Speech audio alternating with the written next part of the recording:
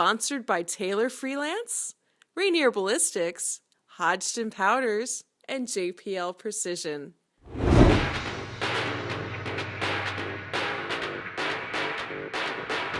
Hey, Power Factor fans. I just got word of a new shooting sport. And if you're interested in practical pistol, especially I think the early episodes of this show were geared towards people who were kind of thinking, that looks like it might be kind of fun, but I'm not really sure what it takes to get involved, and that's why the initial episodes were about how to find a local USPSA or IDPA club. What kind of gear do you really need? You don't want to buy a bunch of gear that then you decide later is obsolete. Target scoring rules and things like that kind of so that you can go into it not completely oblivious to what's expected or how the organization or how the events work. And a new sport has come out. I just learned about it last weekend. And I can't say it's going to be coming to a range near you anytime soon, depending on where you are in the country. It's been introduced here in Washington. It started here in the Seattle area. It's called ASI. We'll get into it more deeply. If you want to look, I think their website is active now.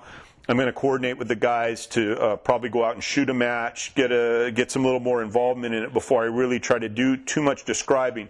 But I would say it's a sport sort of like GSSF, the Glock Shooting Sports Foundation matches, in that there's not a lot of equipment required either for the shooter or for the range facility because there's not a lot of movement.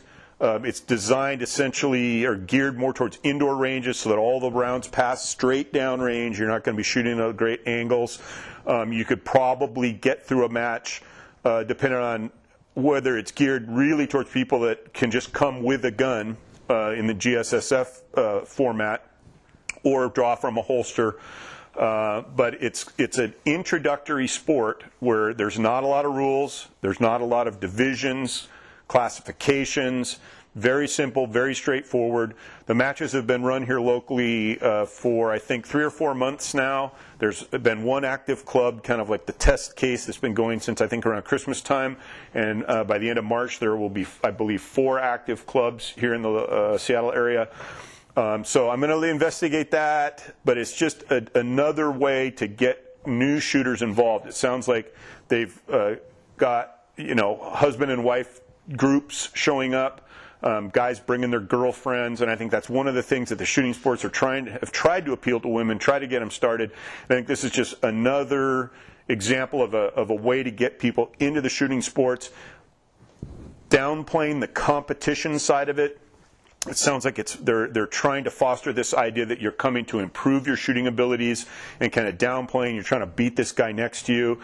And so it's just for those who aren't necessarily really high on the competition side of things, but they are interested in moving and shooting, maybe drawing from a holster, manipulating a prop or two while solving the shooting problem. So it's got elements of IDPA, elements of GSSF, but it's also, I think it sounds like it's got elements of bowling. You bring the family out Saturday night, come to the range, the match lasts 2 hours, you can pre-register online, and it just sounds like another good way to get people started in the shooting sports. So I'll be doing some future episodes, or at least an episode, try to get out to a match, see how the thing's operating, see how the clubs are handling it, and it just looks like something that could really be of interest, and so we'll keep you apprised of how that's going.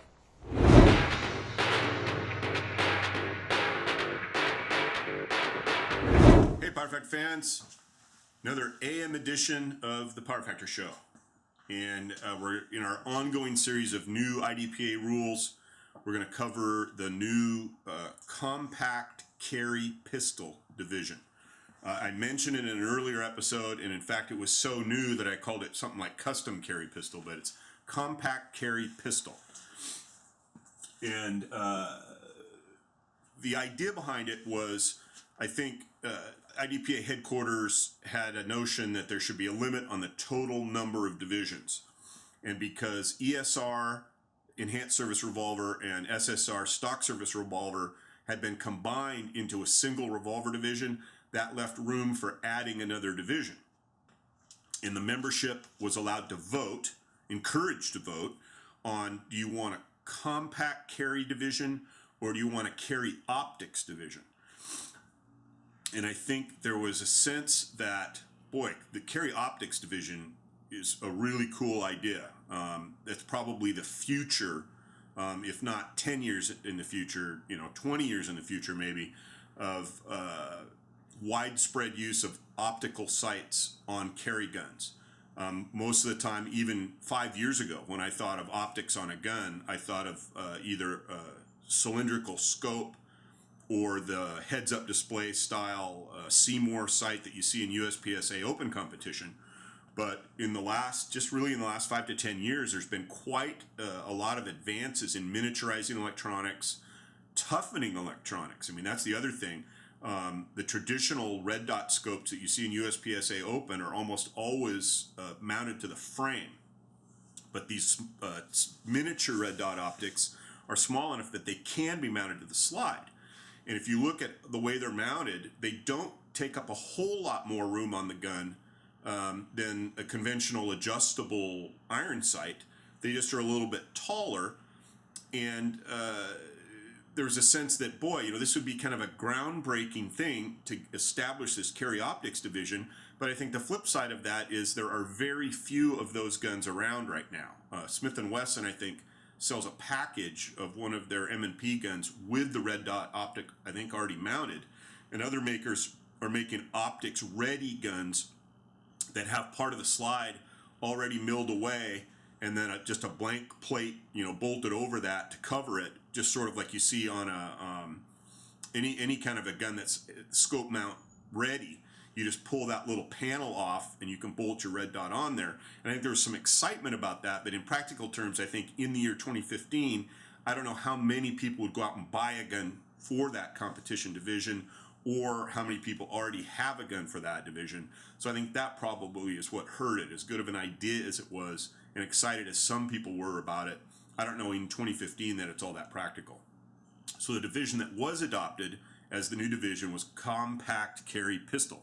Now, what's the point of compact carry pistol? I think one of the things that has become evident over the years is that people tend to migrate towards guns that are as big as possible while still being legal. As an example, custom defensive pistol started out with a 41-ounce weight limit. Now, the standard weight, the spec weight for a full-size 1911 45 is 39 ounces.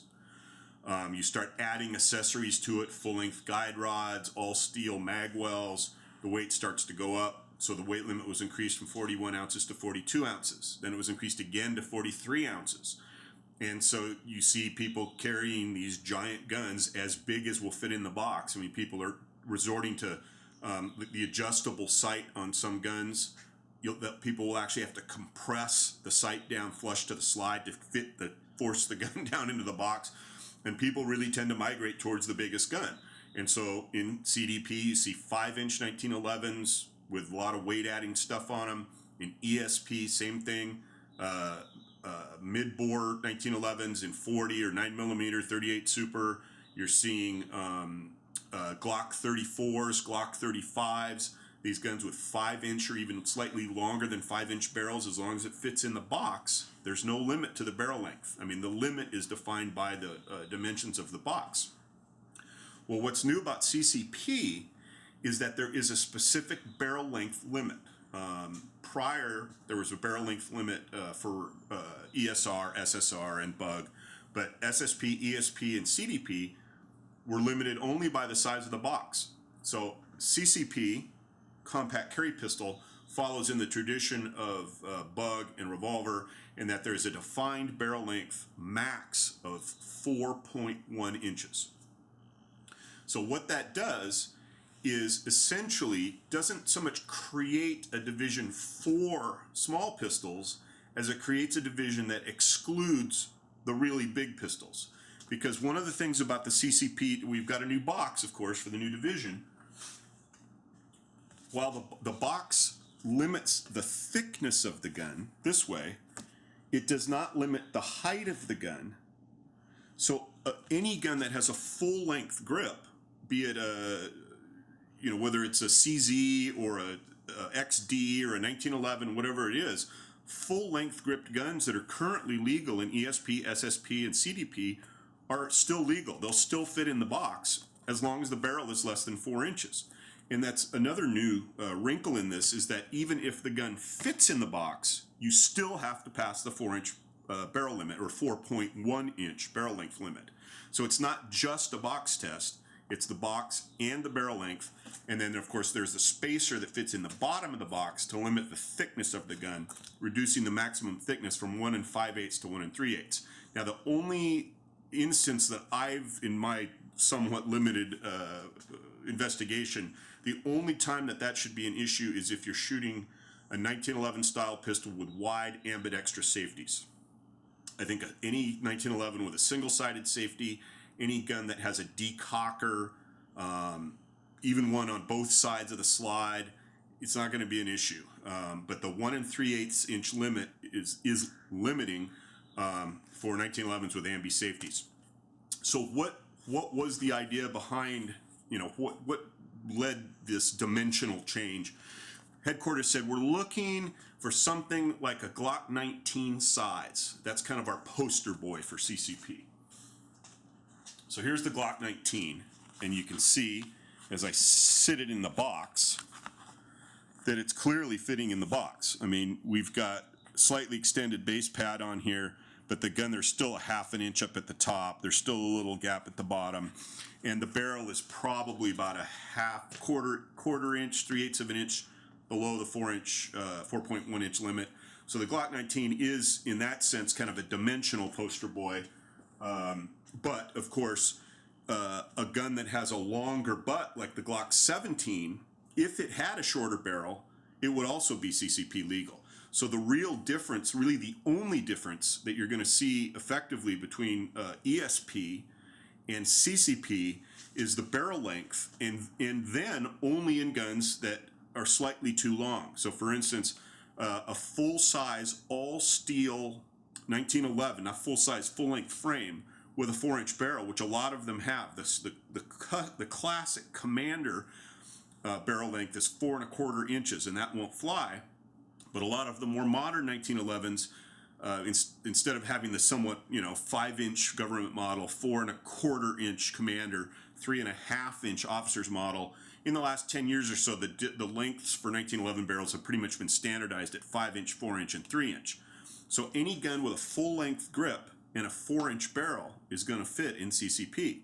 And because it's an 8-round limit, 8-round magazine plus 1 in the chamber at the start, single stack 45s are going to be perfectly competitive. So if you've got an all-steel 4-inch Commander size 1911 that weighs 36 ounces, because the weight limit is 37 ounces, that all-steel full-length grip gun is CCP legal.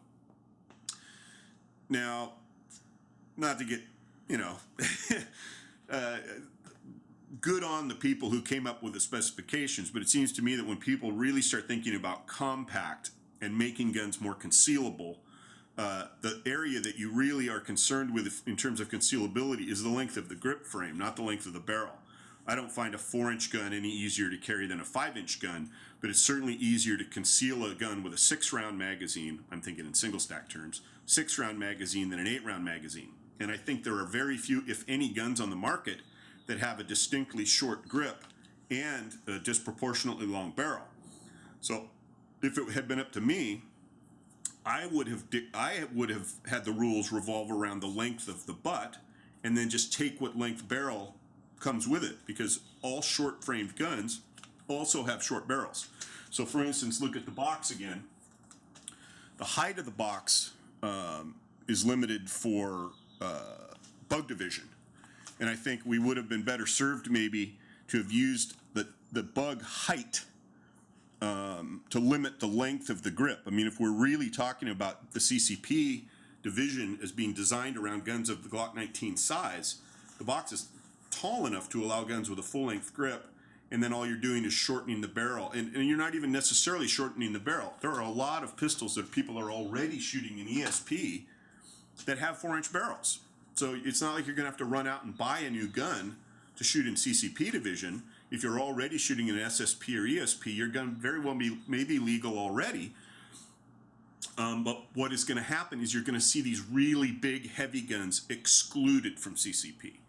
So it's just going to be you and the other guy with a SIG 226 or whatever. You're not going to be competing against somebody with a Glock 34 or a 43 ounce, 5-inch, 9mm 1911. I mean, those kind of, I'm not going to call them cheater guns, even though I just did. But the guns that are at the very large, heavy end of the spectrum are going to be left out, and CCP is going to be confined to the guns that people do actually carry. But because all of the a large proportion of the guns that were already being shot in SSP and ESP are now legal in CCP, I'm not sure that there's enough difference to warrant having a new division for it. You know, I mean, you're going to just, what are you going to shoot today? Well, I've got my gun that's legal for SSP, ESP, and CCP. Today I think I'll shoot CCP. I mean, it seems to make more sense if they confine it to a little smaller class of gun, more like the new bug division. We'll go into that in another episode. But the requirements for CCP, again, 37-ounce maximum weight. So really any gun that's going to fit in the box with a 4-inch barrel, even if it's all steel, is going to be legal. So you don't have to be too concerned about weight. 4.1-inch limit on the barrel. I've already determined that there are lots of 4-inch guns on the market that are not going to be legal because the barrels are not less than 4.1 inches. You've got to meet that 4.1-inch barrel limit. But another rub on it, or let's say not a rub, but a wrinkle, more like, is there's nothing in the rule book that requires that barrels be measured, and there's nothing in the rule book that describes how a barrel would be measured if you did want to measure it. I've had people contact me, hey Rick, you know, we're going to have our match under the new rule book next weekend. How do I measure the barrel? And I said, well, barrels aren't always consistently designed exactly the same way. Most of them have some kind of a hood or extension at the back that contacts the breech face. You can see on the Glock 19 right here, there's a little extension that runs right up to the breech face. So the length of the Glock 19 barrel, you can measure outside the gun. You can just run a ruler or whatever from the breech face to the tip of the muzzle and determine how long the barrel is. But not all guns have the breech face exposed in the ejection port. So then how do you do it? I just made this. This is my barrel measuring tool. Let me carry this around with me. I just took a pencil and made marks on it for each of the divisions. So here's my, why isn't that focusing? There we go. So that's bug R. That's for the 3-inch bug R. And then we've got bug S, 3.6 inches. And now here's CCP, 4.1 inches. So, of course, if I took somebody's gun and measured it this way and it didn't pass, I'm sure they'd, complain to the area coordinator or something. But as you can see, the CCP mark is well clear of the muzzle. That's probably a good 1/4 of an inch within legal. But you get an idea of different ways to measure the barrel. Measure your barrel. I bought a 4-inch gun recently, specifically for CCP use. Put a caliper on the barrel, and it's actually 4.12 inches. So I guess I'm going to have JPL, machine 2/100ths of an inch off of it, so I can shoot it in CCP division. But even if you bought a gun, you saw that, oh, hey, the limit is 4.1 inches, so that means any 4-inch gun is legal. Not always the case. Be sure you measure the barrel of your 4-inch gun to make sure it's not 4.12 inches like mine and then is not legal. Of course, there's always going to be enough. If for instance, this one were 4.12 inches, there's plenty of material here. You could just remove it and recrown it. It's not like it's the end of the world. But it's still kind of weird when you go out and buy a 4-inch gun thinking, hey, 4-inch gun is perfect for a division with a 4.1-inch limit. Then you find out your 4-inch gun actually isn't legal because the muzzle's too long. So we've got our 4.1-inch max barrel length, 37-ounce max weight, 8+1 capacity. So that accommodates all kinds of guns. I mean, you can download your Glock 19, your full-size 4-inch Commander, 8+1 even in 45 auto. You've got enough capacity to play on a level playing field. That's one of the problems that people ask me, can I download my CEDP gun 45, download it closer to minor and shoot it in ESP. Well, of course you can, but you can only load 8 rounds in it. I mean, there's any mag that will fit in the box while it's inserted in the gun is only going to hold 8 rounds. So you're going to be at a competitive disadvantage in ESP, but you won't be in CDP because it's 8+1 for everybody. So in that sense too, I think it allows more compact guns in the sense that it allows some single stack guns that wouldn't be competitive if the capacity were 10.